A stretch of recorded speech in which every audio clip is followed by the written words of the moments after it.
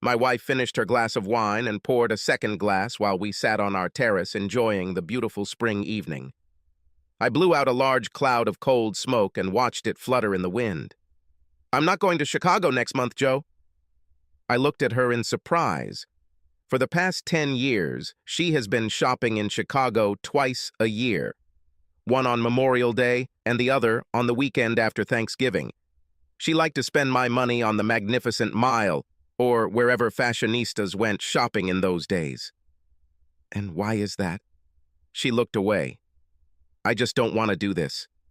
Since the kids left home for college, I thought we could go on a trip together." I shrugged. "That's nice, Chelsea, but I already booked a golf trip to South Carolina." On the days when she went shopping in Chicago, I always went somewhere to play golf. In truth, I knew that her trips to Chicago were not just for shopping. She had a lover who took her shopping twice a year under the pretext of going to Chicago. She was completely faithful to me for the rest of the year. Trust me, I checked everything thoroughly. I shouldn't have been surprised that she had no intention of leaving now. Her lover had died in a botched robbery attempt at his jewelry store a month earlier. The idiot should have just let the guy take what he wanted and live out the rest of his life. This idiot thought he could pull out a gun and kill the robber. No. The good guy with the gun gets shot in the head before he shoots the bad guy with the gun. He wasn't such a nice guy, though. After all, he was fucking my wife. "Well, maybe you could cancel your trip?" I shook my head. "Then I'll go with you." "I don't think my golf partner would like it."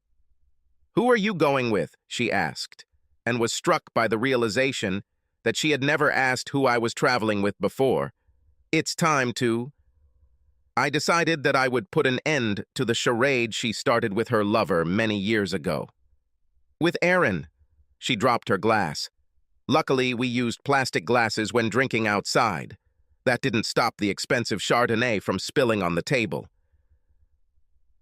"Aaron?" she whispered. "My best friend, Aaron?"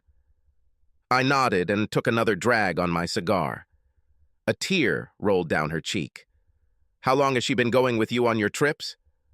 I sighed. "From the very first time." She tried to hide her emotions but failed. "Do you have a constant connection with her?" "No, not permanent," I admitted. "We get together only twice a year. We kept each other company while you went to Chicago with her husband." Her tears increased and she fought back her sobs. Her hands shook as she tried to pour more wine. I took the bottle and poured it for her. "Did you know from the very beginning?" "Yes." I nodded and took a deep breath. I was ready to talk, but I thought that she would try to hide her betrayal by continuing the trip this year. Not going on a trip after her lover died was a big red flag. "But I won't go again," she pleaded. "As a matter of fact, Aaron and I discussed that we could stop too. In fact, everything changed at Alan's funeral. It was at that moment when you had a fit of sobs at his coffin. When you punched the coffin and screamed, 'Why, God, why?' That's when we decided to keep our plans for joint trips. I do not remember this." I shrugged. "You probably don't remember much at all from that day." It's not surprising, considering the bottle of wine you finished before we left the house, the 4 martinis you drank at lunch, and how much more you drank at home after that. You passed out pretty early. "I didn't mean to disrespect you." I laughed. "Seriously? Forget about the funeral. You fucked your best friend's husband for 10 years, but you didn't want to disrespect me. You're delusional." "How do you know?" I noticed that she did not apologize or ask for my forgiveness.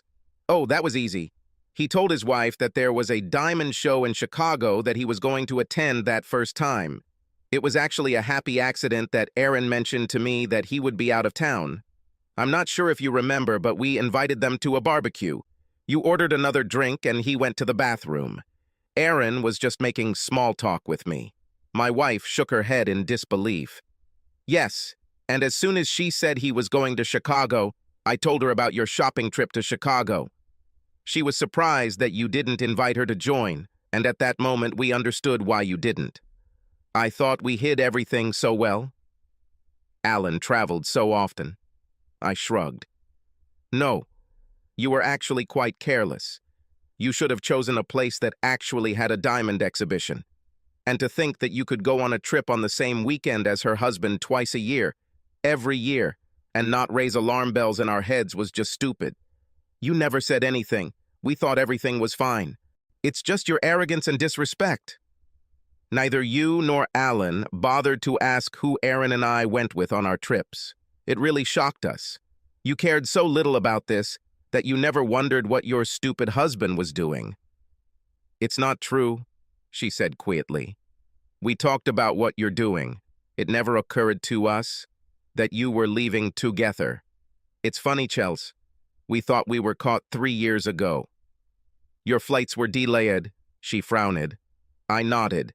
She added, we stayed one more day, and it never occurred to me that the snowstorm was the reason you both stayed overnight. Would you believe Aaron and I were worried and almost canceled our trip for Memorial Day next year? But you and Alan acted as if nothing had happened and continued with your plans as usual. What now, Joe? Good question. Honestly, after you embarrassed me at the funeral, I intend to get a divorce. She gasped. Oh, don't pretend to be so surprised, loving wife. Aaron and I put up with your affairs because we comforted each other while you broke your vows. I never imagined you'd fall in love with this piece of shit. It didn't happen right away. I'm so sorry. She burst into sobs and rushed into the house. I texted Aaron, all cleared up.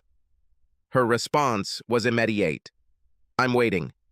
I put the phone in my pocket and the cigar in the ashtray and took a deep breath.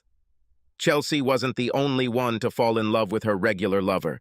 It's time to organize the rest of my life, and Chelsea is not included there. Subscribe to our channel so that your second chaff doesn't cheat on you, and go ahead and listen to the next story, because this story is nothing compared to the next one. If you're under 18, don't even think about listening to the next one.